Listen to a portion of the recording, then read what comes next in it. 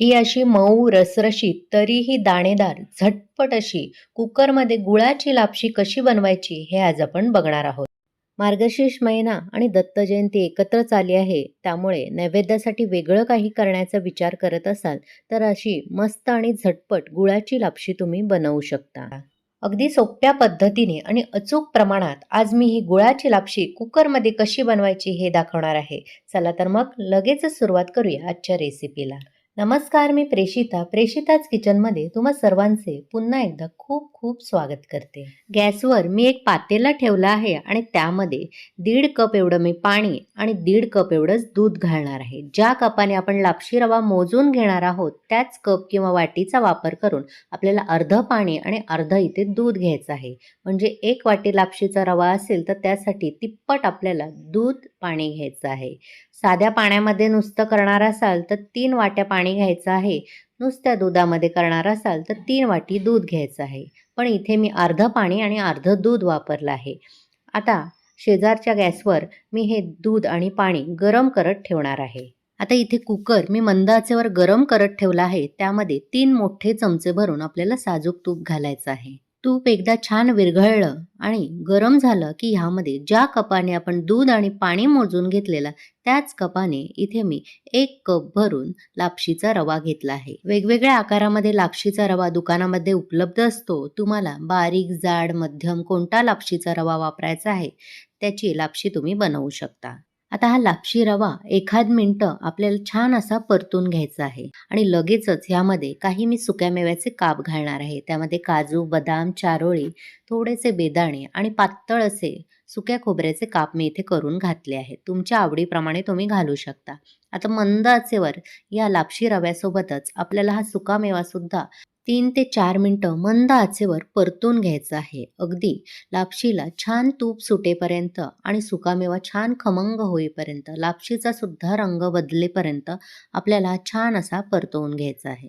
3-4 मिनिटांनी इथे बघू शकता मंद आचेवर मी असा परतून घेतल्यावर खमंग असा सुकामेवा झाला आहे. लापशीचा रंग सुद्धा बदलला गेला आहे आणि तूप सुद्धा छान सुटलं गेलं आहे. आता बाजूच्या गॅसवर आपण दूध आणि पाणी गरम करत ठेवलेलं त्याला सुद्धा छान अशी उकळी आली आहे.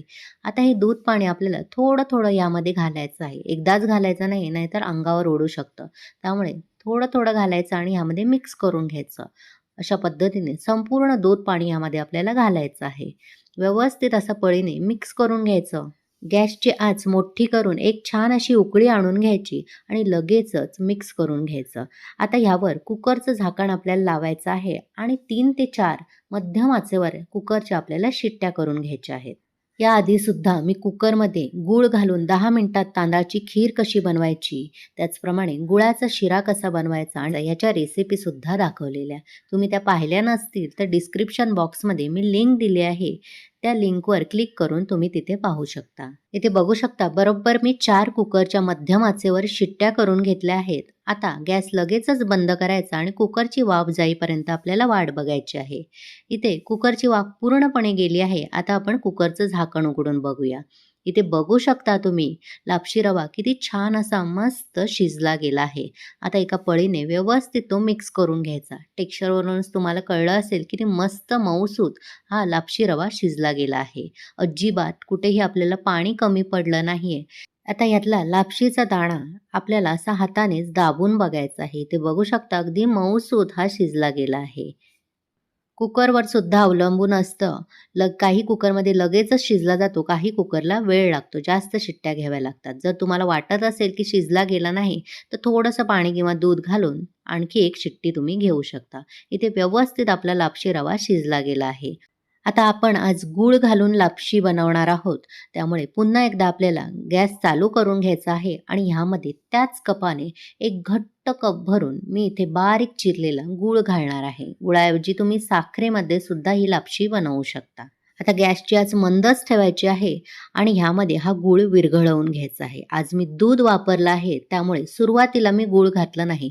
तुम्ही फक्त पाण्यामध्ये जर ही लापशी बनवणार असाल तर जेव्हा आपण दूध पाणी घातलेलं तेव्हाच पाणी घालून त्यासोबत गूळ घालून लापशीसोबतच गूळ शिजवून घेऊ शकता. म्हणजे असं पुन्हा गूळ घालायची गरज नाही. पण दूध फाटू नये त्यासाठी मी असं नंतर गूळ घातलेलं आहे. आता गूळ व्यवस्थित विरघळवून घ्यायचा. जसजसं आपण गूळ ह्यामध्ये मिक्स करत जाऊ तसतशी लापशीला पाणी सुटायला लागतं आणि थोडीशी लापशी पातळ व्हायला सुरुवात होते. गूळ संपूर्ण विरघळला की ह्यावर आपल्याला कुकरचं झाकण ठेवायचं आहे आणि फक्त 2 ते 3 मिनिटं लापशी शिजवून घ्यायची आहे. मी वरच कुकरचं झाकण ठेवलेलं. कुकरचं झाकण पूर्ण आपल्याला लावायचं नाही. 2-3 मिनिटांनी इथे बघू शकता कसं मस्त रसरशीत आपली लापशी तयार झाली आहे. इथे मस्त असं पातळसर मध्यम अशी रसरशीत लापशी तयार झाली आहे. तुम्हाला जर अजून पातळ हवी असेल तर थोडंसं गरम दूध किंवा पाणी यामध्ये घालू शकता. पण मला ही कन्सिस्टन्सी अगदीच योग्य वाटत आहे. जसजशी ही लापशी थंड होत जाईल, तसतशी आणखीन घट्ट बनायला सुरुवात होईल. आता लगेचच आपल्याला इथे गॅस बंद करून घ्यायचा आहे आणि गॅस बंद केल्यानंतरच ह्यामध्ये चवीप्रमाणे अर्धा चमचा भरून इथे मी वेलची पावडर घालणार आहे आणि गूळ घालून लापशी बनवली आहे, त्यामुळे थोडंसं जायफळ यामध्ये मी किसून घालणार आहे.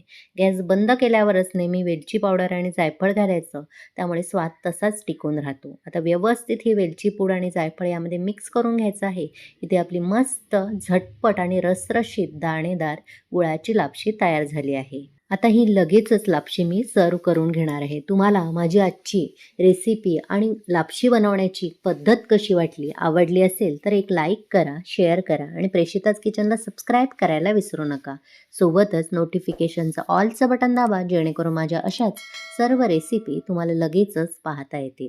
आता यावर थोडीशी वरून मी भाजलेली खसखस भुरभुरून घेणार आहे आणि थोडेसे पिस्त्याचे काप घालून घेणार आहे.